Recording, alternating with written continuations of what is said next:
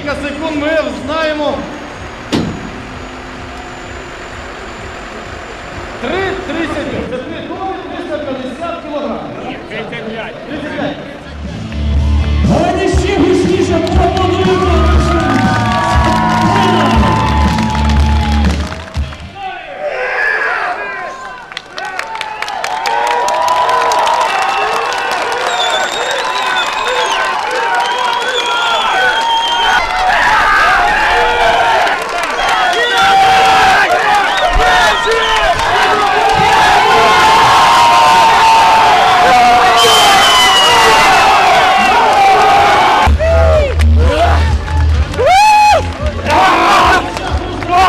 Украина была не очень тяжелой, потому что она родная. Макет был сам в форме географических границ Украины с Крымом, с Донбассом полностью. Все атлеты с всех регионов собрали Украину и пронесли символичные 25 метров, символизирующие 25 лет независимости, которые будут в этом году нашей державы.